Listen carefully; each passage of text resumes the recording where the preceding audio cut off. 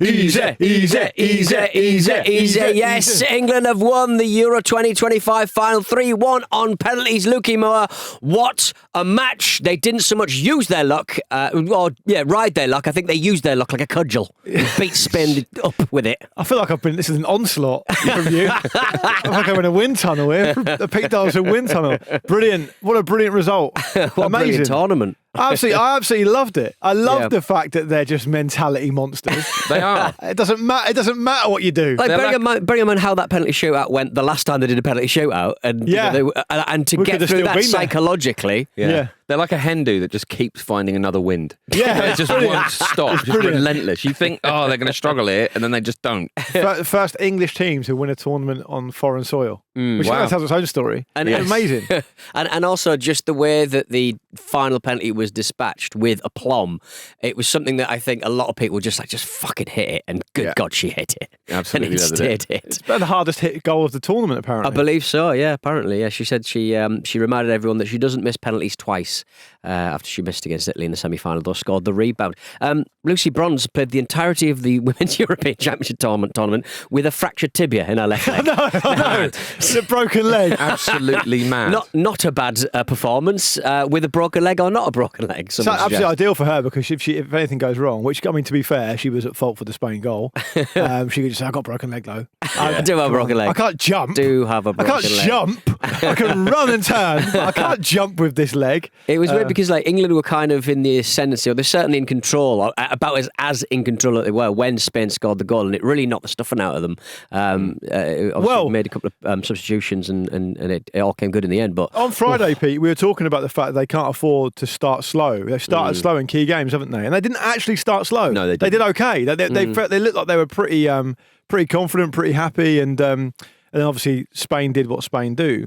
But I mean, England scored a great header of their own. I mean, of our own, it was a brilliant header, brilliant leap from Russo. Great header, textbook header actually, back across the keeper. Exactly what you want to be doing when you're at full stretch. And although Spain had a lot of the ball, I thought England. I mean, I'd probably say, if I had to say, I would say in the final, England were probably second best, but Spain. They did a lot of good work in the centre, didn't they? But for a lot of possession, they didn't really seem that free. It wasn't like they were carving out chance after chance after chance, was it? It felt like they were carving the chance to make chances, and then England would shepherd them away. I'm vampire now, apparently. Shepherd them away really, really well. And actually, in added time, or extra time, there were so many points where you're thinking, surely now Spain are going to find a way through, because it became quite one-sided, and obviously England decided to dig in.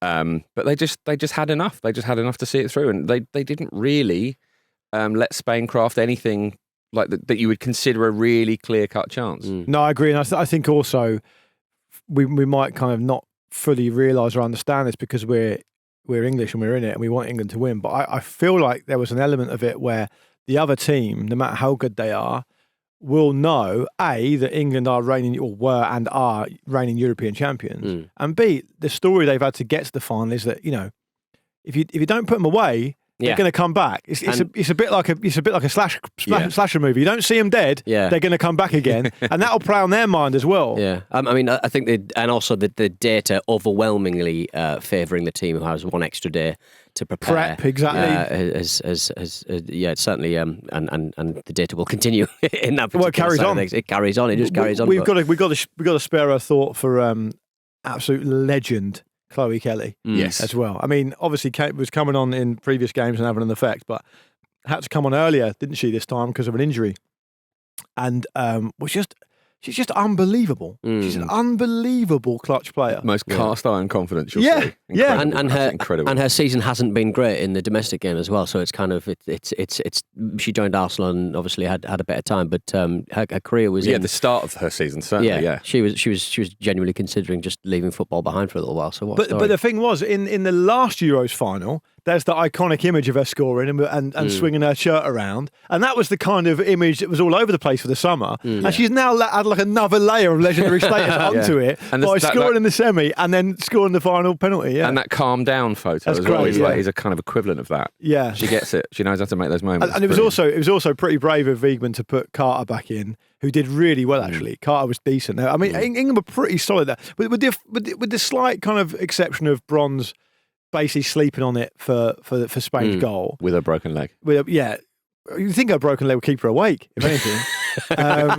Very focused. Yeah, we did a lot of crying. I thought Agony. I thought we were pretty good. I also think that I tell you, who had an absolutely brilliant tournament as well as Hannah Hampton. Yes, especially given all the chat before, and she was so solid. Her distribution's brilliant. She didn't put her foot wrong. She literally put her foot wrong earlier in the tournament. But apart from that, she was absolutely fantastic. And then Misha Ajiman getting young player as well, having a massive effect. And the great thing I loved about her in the final was that because of her exploits in the previous games, it gives Spain something to think about. Yeah. Even if you're not scoring, even if you're not doing anything necessarily, you're almost a decoy because they know what you're capable of. They know you've got ice in your veins in the penalty Her height area. as well. Really, any footballer of that height coming on, you just, oh, fuck.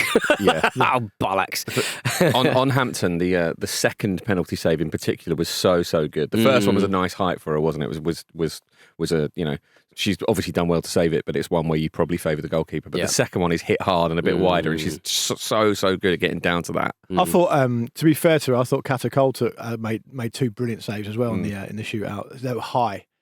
Yeah, that one-handed one was particularly good. Yeah, I loved it. I thought it was brilliant, amazing experience. It's just an amazing holiday from watching the men's team. Yeah, well, it's an amazing holiday from the Club World Cup. I think. Well, no, it's but just the thing is, this is what tournament football's supposed to be like. Look at the situation before though. England have got to men's have got to finals. And there's just a horrible, crushing inevitability about it. Yes. There's a crushing inevitability about this, but the other way around. Getting through, yeah. It's just amazing. And I think, you know, we'll go on. I think we're going to talk a bit about Sarina Wiegman in the mailbag tomorrow, but just incredible performance from her as well. What a coach. I mean, just what a coach. The whole thing was mad. I'll tell you what was a massive moment as well, was when the penalty shootout itself was a real roller coaster, partly because, of course, England win the toss to take the first penalty, which in shootouts is massive. It's well over 60%, I think, of teams who take the first penalty tend to win.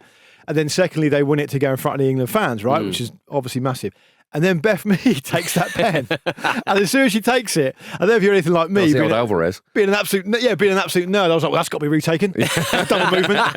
Because it used to be that it didn't count. Yeah. But now they changed it. And that's such a retake. She retakes it and it gets saved. And you're like, oh, for fuck's sake. Yeah. It was full on. Just tell her, F, don't let me retake it. I'm going to miss it. Yeah. It's not fair.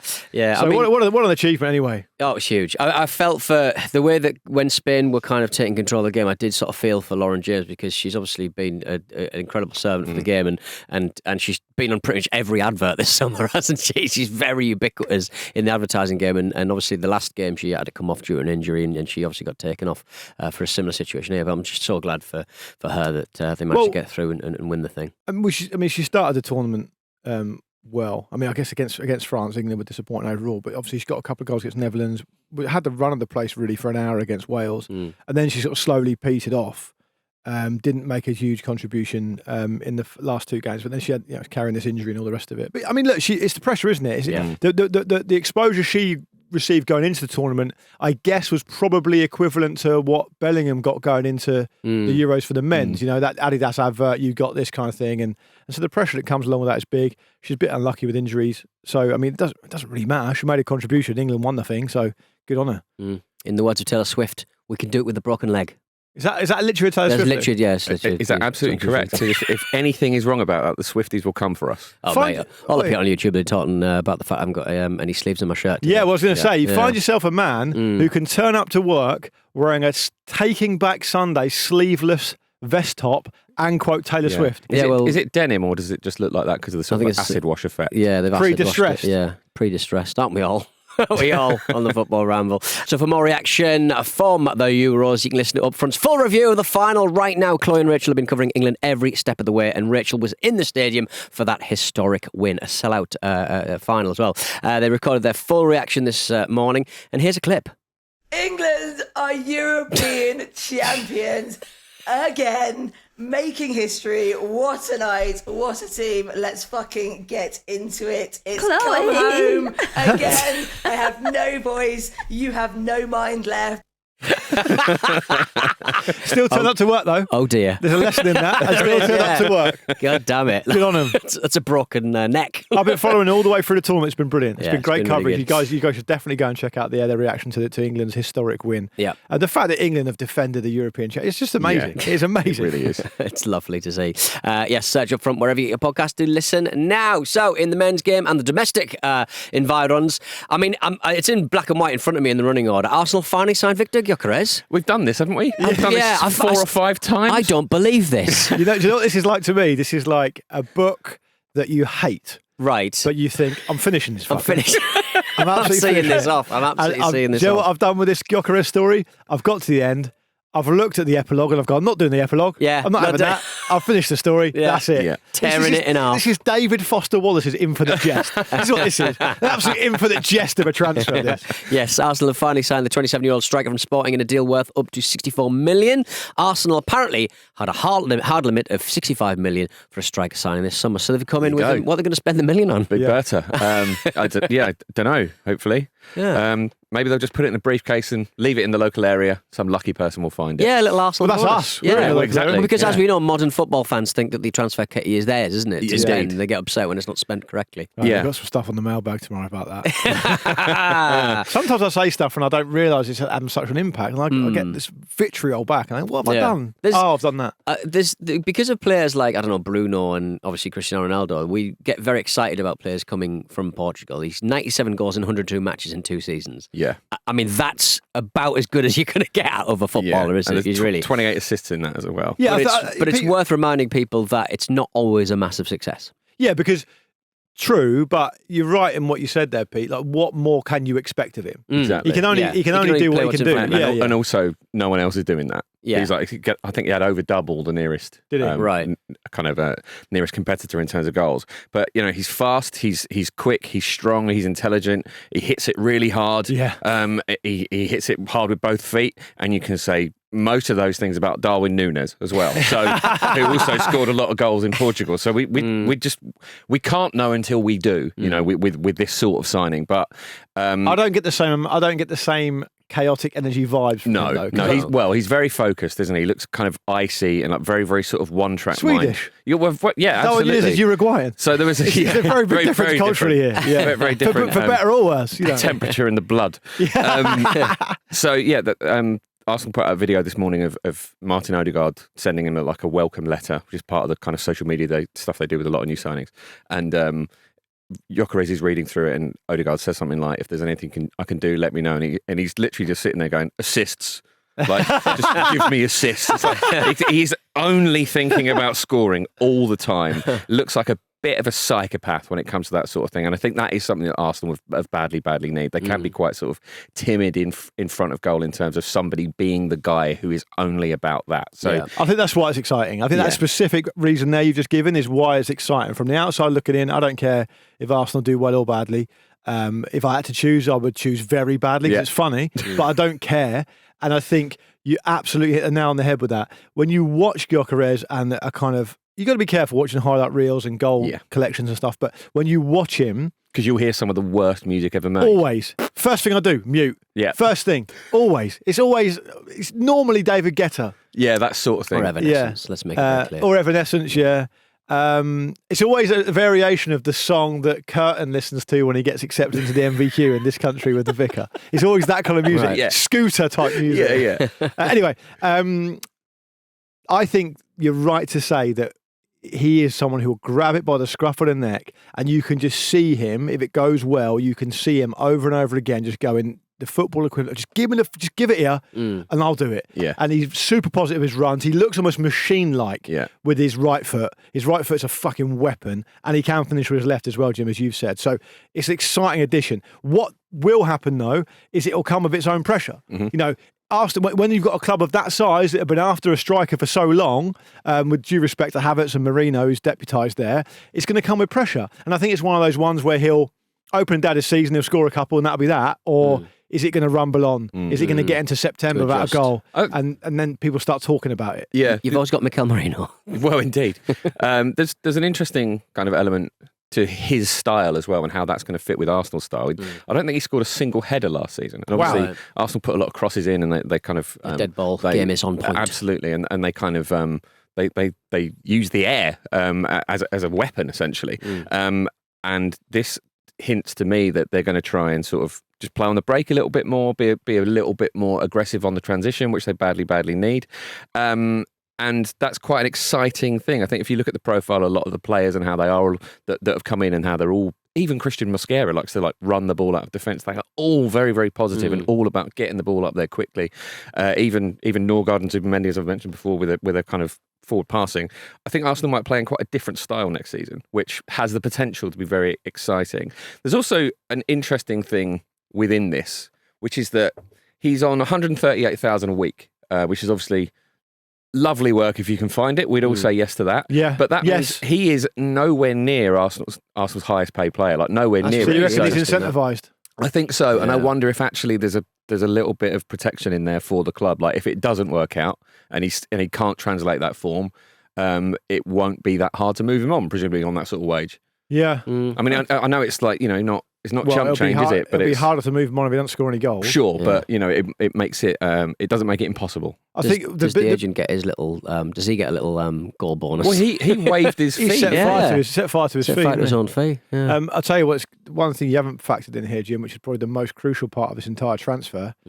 Old Trafford on the opening day. Oh, that's nice. If he gets a Ease hat-trick of yourself headers, in. Yeah. put all that to bed. Yeah. Just do Then what you yes, want. please. Lads, do what you want today. Free hit. Enjoy yourself. Treat it as an extended pre-season. Yeah, welcome to the Premier League. You can go all wear sashes, like Hendo or a stag Oh, that'd be do. nice. I was thinking about something a bit sectarian there when you said that. Right, okay, well, Yeah. fair. Well, you- someone has to in the studio when Matt was in it. But you're just thinking about the fact that they can just treat it as a little kind of weekend city break. Yeah, like a little weekend away. Like you did this weekend in Latvia. I just want to be on the got a lot, record yeah. saying that I hope they don't do that. Yeah. And they take They're it not very listening. seriously. They're not Did listening, you go Jim. see any Skonto Riga action when you were in Latvia? What's Skonto Riga? They're the big team in Riga. Oh, right, okay. No, I'm unfamiliar with Latvian football completely. But Just indie clubs and sauerkraut juice, was it? There was a big bottle. I drank half a big bottle of sauerkraut juice. How's that even a product? It's weird. I don't know why. I think it's sort of set up like some kind of health tincture, but it's. This is what frustrates me because Yeah. what was it at the start of the week last week? Oh, I'm not sure I'm coming. I got food poisoning. Yeah. Right. And now Has he- you're has he having learnt his lesson? Latvian sauerkraut No, that makes tincture. it. But you simply have to remember Like that I he's did living come the in fucking Witcher. because I'm just collecting portions. Yeah. From Knocking far about off Eastern Europe Latvian- collecting tincture. Latvian tinctures, kicking norms so they drop the tinctures so I could drink them. Fighting isolated castle guards. Yeah. I try to will steal do dragon's eggs with my without them weekend noticing. What I feel like doing. Anyway, right. What's Skonto Riga? I was Massive unfamiliar- club, I was mate. unfamiliar with Skonto Riga. I presume that's the Regan Football Club. I was They're massive. unfamiliar with it, right?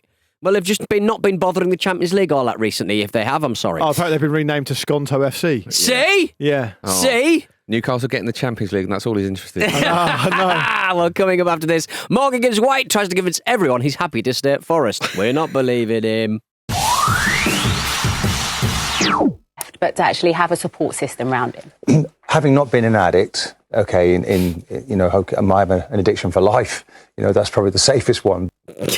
Keon. Is that Keown? That's Keon. It's the way that he delivered that. He's like, oh, I'm probably saying something terrible here, aren't I? Do you remember it was on TV once, I can't remember which channel it was, where I think it might have been Jake Humphrey. And before I tell the story, by the way, I should say that apparently there's a lot of confusing stuff around Skonto Riga. Skonto Right. FC are a different club, just checked in the break. There's Riga FC as well. A lot of confusing stuff around Skonto Riga. Yeah. Well, at least I knew they basically had You throw it out there and I throw did. up. It's So back- you got it's throp. backfired. You got Latvian throp all down yourself. If there's any Latvian football experts out there, get in touch. Just tell us what exactly the fuck is going on over there. Anyway, Sort yourselves out. Martin You're Keown. drinking sauerkraut juice, you mess. Martin Keown was on a TV broadcast with, I think, Jake Humphrey. And Jake Humphrey couldn't resist having a dig at Martin Keown. Oh, on and TV for being it late. fell very for being flat. late for the recording. No, Yeah. because then Martin Keown threw it straight back at him and said, well, it's not my fault someone threw themselves under a train. on live telly. We should get that clip for later in the week because Beautiful. It's absolutely horrific. Well, thank you very it's much. It's like Partridge and Psychic Simon. Completely agree. Thank you very much to friend of the Ramble, Tom, for sending us that clip on the Discord. You can become a friend of the Ramble too for just $5 a month. You'll get all of our football shows completely ad-free and access to the Football Ramble Discord where you can chat with us and other Ramble listeners. Search patreon.com/Football Ramble to get involved. Now, we mentioned on the mailbag last week about embarrassing club losses. Listener Mitchell Jordan has updated us with news from MLS. Do you want to take this one, Luke? Yeah, I'll take it. Why not? Cool. He says, in response to your answers on the mailbag this week about embarrassing club performances, I would like to point you to my beloved LA Galaxy this season. As defending champions, the LA Galaxy had a record-setting winless run to start the season of 4 draws and 12 defeats. One of these losses including being the first ever MLS team to lose a game where the opposing team had no shot. Enjoy the good times while they last, I guess. You've got to be very careful there, Mitchell, because if you keep that up, Harry Redknapp will be sniffing around. 2 points from 8 games. Well, that'll be 4 points from 16 games, which is kind of roughly the same. Yeah. In the transfer window, things are happening, and things are usually happening that involve putting a bit of money into Liverpool's pockets. Luís Diaz is reportedly off to Bayern Munich for $65.5 million. He was left out of a friendly in Hong Kong after speculation about his move, which is something that obviously Newcastle are experiencing at the moment. They're doing a good bit of business here, aren't they? Which is actually going under the radar a little bit, isn't it? Because before the Diaz transfer goes through, they've already made, I think it's about £60 million from outgoings. Obviously, they got a little bit of money for Trent Alexander-Arnold in the end. They've sold Kelleher as well and one or two others to make that up. We spoke on Friday about how they have quite a lot of PSR headroom, but actually, they're making some big sales in this window as well. Yeah. So people are kind of going, how the hell can they afford that? And they just easily, demonstrably can. Particularly if they move on Chiesa and Nunez as well. Yeah. I mean, possibly Harvey Elliott, although you wonder if he might play a bigger role if Diaz is going. Yeah. It's like a proper full striker transfusion. It really is, yeah. Isn't it? But Luís Diaz, I mean, what's his kind of legacy at Liverpool? He showed a lot of promise. He gave him a bit of width at times when he was sort of out on the wings, but like he didn't quite get there for them in the Premier League, did they? I don't know. I think he was a key contributor last season. And he's got a relentlessness about him that I think is really, really key to the way they play. So to be honest, I'm sort of surprised by this transfer. Apparently Diaz really wanted it. Perhaps it's because he's 28. He wants to go and try a different experience in a different league. Yeah, exactly. Some sauerkraut juice. I've tasted the juice. Yeah. I want the sauerkraut. I want to be geographically closer to Riga. Yeah, exactly. For the south. Do you want to double check that? You're all over the place. I'm all over the place, yeah. I don't even know where Riga is. My geography's appalling. It is appalling. I'm fairly certain Germany's a lot closer. It's got to be, yeah. It's got to be. You would have flown over it when you came back yesterday. I did, yeah. You probably did. But yeah, look, I think, clearly Slot's... What we forget, I think, is that Slot has only been at the club for a year, right? He's going to have a lot of his own ideas about the players he wants. How he wants to do things, and if Diaz wants to leave, and I didn't read that, but if Jim read it, I'm sure it's true. Then perhaps Slot's like, well, I've got new players coming in. I want people who want to stay here. Blah blah blah. Yeah. So he has made a contribution for sure. He's obviously, he's won things with Liverpool, including the Premier League last season. He played in the Champions League final, all the rest of it. So Liverpool are in a weird situation because they're champions easily and they're in a bit of transition. Yeah. And you don't see that happening at the same time very often. And usually, like, the cupboard's bare when it comes to finances at that point. If you've won the league season, it's because you've given everything financially to get there. And they've got bags of cash. Their income has now gone to over 120 million euros this summer, and they also had a lot of money in reserve as well. Could this clear the path for Alexander Isak? Well, you'll hope not. I saw Eddie Howe throwing everyone under the bus yesterday. What was he saying? Nothing to do with me. I'm the head coach. Nothing to do with me. I'll have a say, but it's up to me. I'll see off a sporting director, but I'll see off 2 sporting directors and want to run the club like my fiefdom with me and my nephew, but yeah. I'm only the coach. It's not my fault if that goes. Yeah. It's almost Trumpian, isn't it? I haven't seen the list. That's I haven't seen it. Yeah. Well, you're comparing that would be a successful very, men. very surprising populist dystopian future if Eddie Howe emerges as the sort of UK equivalent both of Donald successful Trump. men, apparently. Yeah. Great successsul men. Yeah. But yes, Eddie Howe said that no contract talks have been taken place between Isak and the club. Maybe get on it. Because he literally says he won't. No, because Alexander said, I do not want to talk about it. Stop sending me contracts. What you want to do? I want to leave. My Gmail's full. A new contract is the opposite of what I want. No, thank you. Get an autograph hunter in. Get Isak to put his signature on a piece of paper and then write the contract around that. You've done much contract law in your time, have you? I don't think that's applicable. Well, I think Isak's obviously going to be off, isn't he? All this points towards the fact that he's going to be going. I thought going this summer. I mean, these deals do take for big ticket items, as we said on the show before. This sort of thing does take a long time to get through. They don't always. Yeah, and also when a player starts agitating for the move, the club or the reluctantly selling club quite often do just accept that this is possibly the best thing for everyone. We do see it happen. Like Wayne Rooney used to agitate for a move to Man City every other summer, didn't he? And then he'd end up staying, and it was fine. Yeah. So I guess it's not impossible that Isak stays, but I think the concern would surely be that actually can't get anyone in. You can't get anyone in. Which I think won't be an issue if you do manage to move him or if he does go.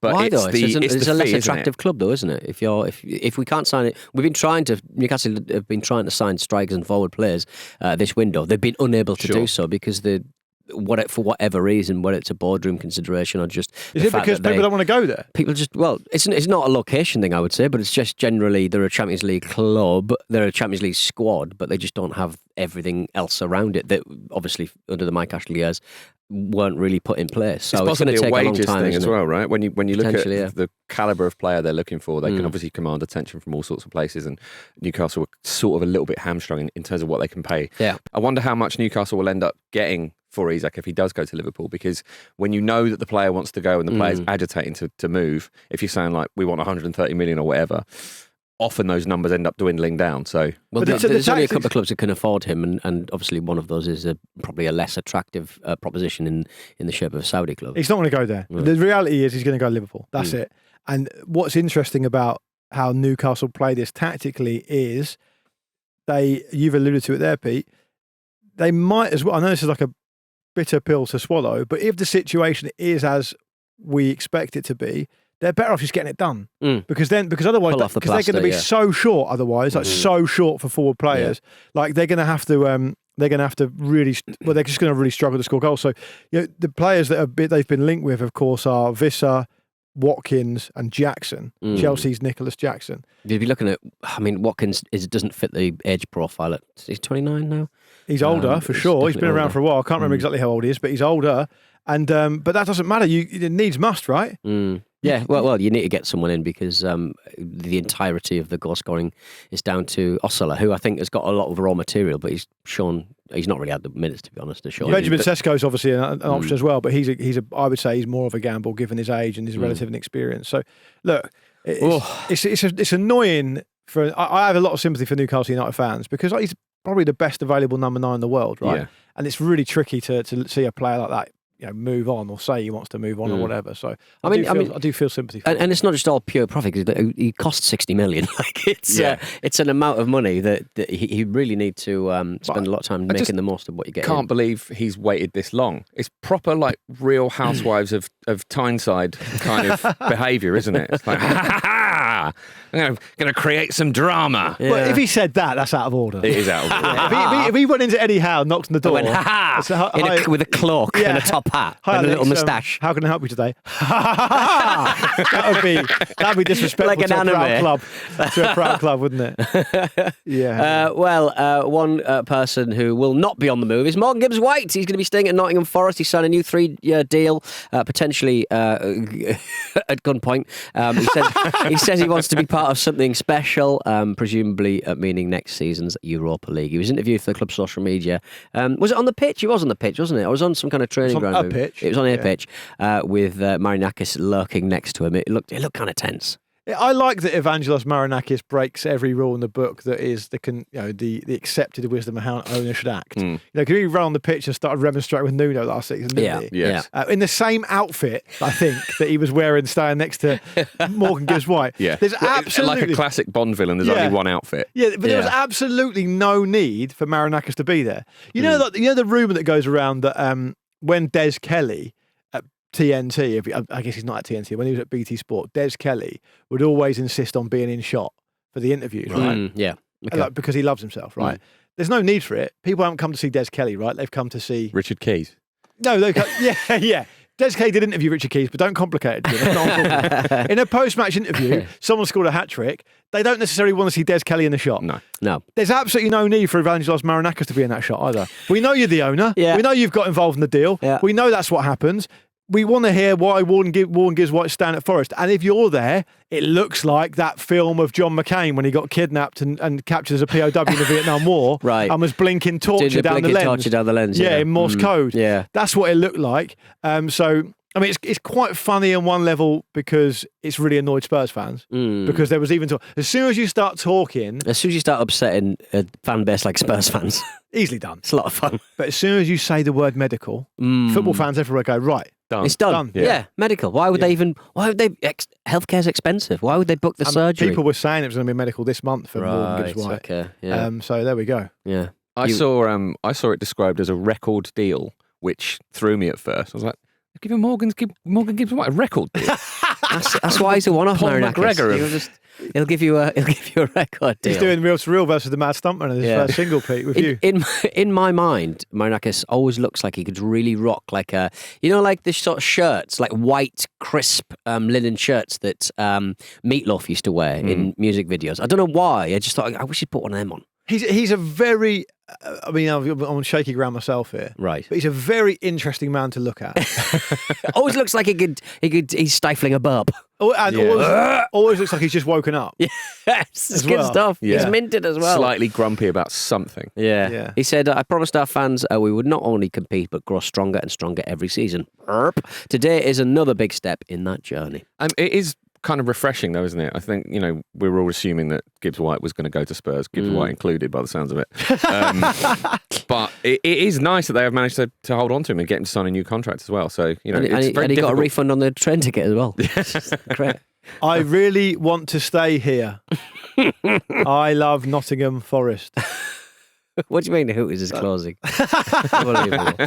Down in the Championship, Wrexham have made an approach to former Man United midfielder Christian Eriksen. He was reportedly impressed in big old parentheses by the offer, but still wants to play top flight football. I mean, they could get there next season, knowing how crazy and strange the Championship is. It'll be tough. It will be a tough one. Christian Eriksen's a massive flex, though, isn't it? Yeah, that'd be great. I don't know. I mean, how old is he now? He's like 31. Yeah. I mean, it's a very interesting approach. Well, I mean that is the age bracket to consider a stint in the Championship, and I'm speaking as someone who supports a team in the same division as them. And if you're facing off against Christian Eriksen, I have absolutely no right to have to consider playing against Christian Eriksen in a league game. Luke, he's just had a season at Manchester United. True, actually. That is true. He's had to deal with that. Yeah. All right, coming up after this, pre-season tours and more weird magicians. We're back with the Football Ramble now. The pre-season tours are underway. Always a lot of fun, especially if you are in Man United's situation and on their books. There's always just something funny happening. But Bruno Fernandes scored both goals in Man United's 2-1 win over West Ham in the opening day of the Premier League Summer Series in America. Because of course he did. Because of course Presumably he did. He booked all the flights as well, booked all the hotels, because he has to do everything around there. The celebration was a head count. He's a utility man. Looking at his watch. Can we wrap this up? He's walking around with a big yellow flag on his back. Yes. Did you see both goals were very much sponsored by Alphonse Areola. I mean, Alphonse Areola. I mean, I love his look at the moment. It's great. It's a bit Lionel Perez, and the way he's playing is Lionel Perez-esque. Like very chaotic, very confused about what his job is on the field. But yeah, he spilled across, fouled in heaven with Fernandes scoring the resulting penalty. Then he passed it straight to Kobe Manu, set up the second. Yeah, it's a beautiful goal. But and it didn't need to be the way he was playing though, Areola. And the game was followed by what has become very much a West Ham tradition, which was Graham Potter's taken 4 or 5 minutes to explain his very existence. every time I see a post-match interview involving West Ham, it's Graham Potter explaining something that people need to understand. That everything will eventually be all right in the end, but not yet. It's a big season. Do you see him getting it right in the first few weeks of Premier League? I've said over and over again that you can't judge Potter You obviously can't judge him on the Premier League Summer Series, but you can't judge him without having a full pre-season. That said, this is the pre-season. if he's planning on playing Alphonse Areola for the season, which I suspect he probably isn't, then it may not turn out that way. Look, can I just say also the foul that Alphonse Areola did on Aidan Heaven was almost exactly the same as the one Peter Shilton did on the Italian player. Was it Schillaci? Right. In the third place playoff in World Cup 90. Okay. That's just as important. Go and double check that. You can. He knows his history. Every bit is important. Yeah, I think so. It's basically you lose track of the ball and you go to grab the ball and you've not grabbed the ball. Players' legs, you grab the player's legs. And they just fall on the floor. Ball! I'm going to take this goal kick. Yeah. What are you doing? Oh no, it's the ball of a player's foot instead. The ball of a player's foot. Yeah. Well, I think America's potentially all footballed out at the moment because the 82,000 seat stadium in New Jersey was barely half full, but we did see. Yeah. So is that to do with soccer exhaustion? Surely. I think it's probably more to do with the fact how shit Man United are now. Oh, do you think so? Well, because you think that they'd be crying. I mean, the reason they branded up the Premier League Summer Series is because clearly the powers that be in the Premier League have said we can't get away with having a league game in the United States, right? Yeah. I'm sure they'd love to, but they can't. So we'll brand up a pre-season tournament, and we'll have all these big teams come. Man United around the world as big as it gets. Yeah. Yet they've been terrible, right? And so there's also the element that maybe they thought that because Amorim made a lot of changes as well halfway through the game, I think. That's fairly common in pre-season anyway, though, isn't it? But Jim, it's not that long ago. If Man United went to a big stadium in the US, particularly a big conurbation like New Jersey, you'd think it'd sell out. Yeah. There's got to be a reason for it. It can't just be the fact that because no one went to the Club World Cup either. No. So 41,000, you'd probably say was. I mean, it's barely half full, so probably less than that. But 41's pretty acceptable, isn't it, for a pre-season friendly involving? I don't know how far Man United have kind of fallen. I don't know. The whole point, I don't know which club would fill that stadium. But the whole point of these tournaments pre-season are that these teams are a big draw. Yeah, they're a big draw. Yeah. Did we not see Man United go to the Far East at the end of the season? Yeah. And get booed and Little stuff. Malaysian trip, wasn't it? Yeah. I mean, also, why does Amorim keep talking about how much his players need to suffer? Well, they suffered last season because of the things they did. But yeah, is he making a death metal album? He said we're going to suffer, but the feeling of bonding is important. So, like, it's like a grindcore lyric. Yeah. Well, I mean, it's like horse's bones gets turned into glue, isn't it? You just got to grind the bones down until they're stuck together. I'll tell you what. If I said to you, we could do a fucking game here. We'll do Ruben Amorim quote or grindcore band lyric. We are going to suffer, but the feeling of bonding is important. Do we have any listeners in grindcore bands? If so, you'd hope so. Knock up a song with Finnish grindcore bands, maybe. Quotes. Yeah. You'd hope so, wouldn't you? Yeah, you'd hope so. We have had more correspondence about club magicians after they were mentioned on the show last week. Ryan Smith sent us a message, Jim. Yes, Ryan says, further to the Football Club Magicians chat, I had a run-in, interesting, with one of Liverpool's resident magicians back in 2014. Hey, what Again, the fuck is one of Liverpool's resident magicians. How is this They're so flush with money. 11 years ago as well. I think there'll be stand-up comedians in Liverpool. Yeah. Me and my dad were in hospitality for the Champions League group game against Bulgarian giants Ludogorets. Before the game, one of the club's magicians came over and asked me to hold out my hand and make a fist. He showed me a coin and said he was going to miraculously transfer it into my hand. After a bit of theatrical arm waving and a slap on either side of my fist, the trick was complete. But when I opened my hand, instead of a coin, there was a big pink foam willy. I'm back on board. Yes. I'm back on board. He's a comedian as well. Dirty comedian. I was 14. Maybe Luke's onto something with a magician's a pervert theory. Yeah, you simply can't. There's nothing vicious in that, is there? It's 14 though.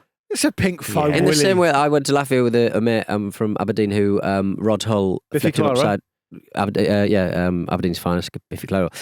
Rod Hull on a road show flipped him upside down and grabbed his willy and said, "Emu's hungry for sausages." But you know. This year? Wow.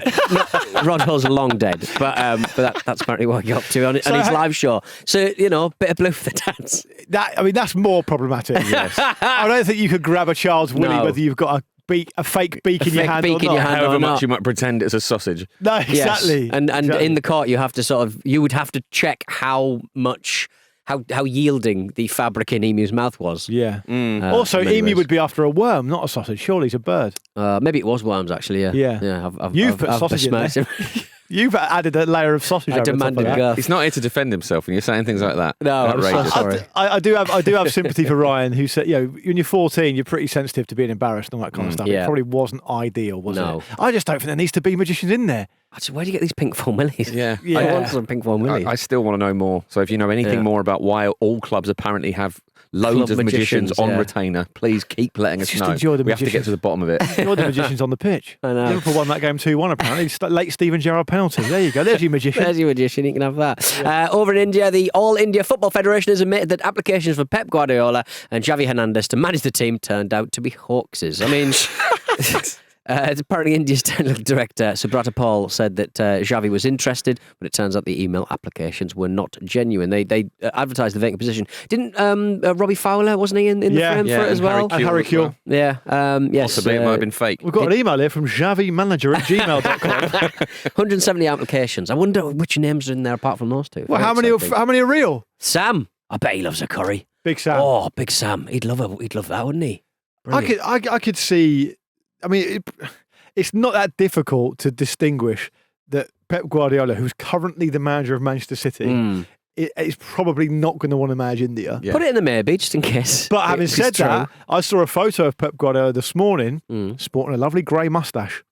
Really? Okay. Now, I don't know if it's real or not. Right. I mean, you never know what's real on the internet these days, but it looked interesting. I'm going to try and show you a picture now. Yeah. See if I can find it here. Yeah, here we go. Here we go. Look at that. Right. Look at that. So look. I could see him. Yeah, okay. I could see He him looks rocking a that bit in like- Kerala. He looks a bit like someone in Allo Allo. Yes. Yes. Or like an 80s pilot. Yes. Yeah. Don't mind Sully. that. He's got a bit sully, hasn't he? Yes, he has gone a bit Sully. Yeah. Sully and sullen. Maybe, I mean, we know that Pep is roughly on nodding terms with going a bit crazy, losing his mind. Right. Occasionally when things get tough. So maybe he would fancy it. And he also got a gap year bloke, isn't he? So he could, I could see him. gap Yeah. year He in did do India. his sabbatical, didn't he, in New York that time? Yeah. Fantastic. Well, maybe he would like to go to India, but turns out apparently not. Imagine if it was a Pep Guardiola, Xavi Hernandez job share, and they were like, "Yeah, we'll take him. We'll take them both." Well, I think Pep's got that kind of. I think with his moustache now, he would look like a Bollywood film star, like an older Bollywood film star. Yeah. Very enjoyable. Do you think, yes or no, Pep is going to rock up on the first day of the season with the moustache? Yes. Yeah.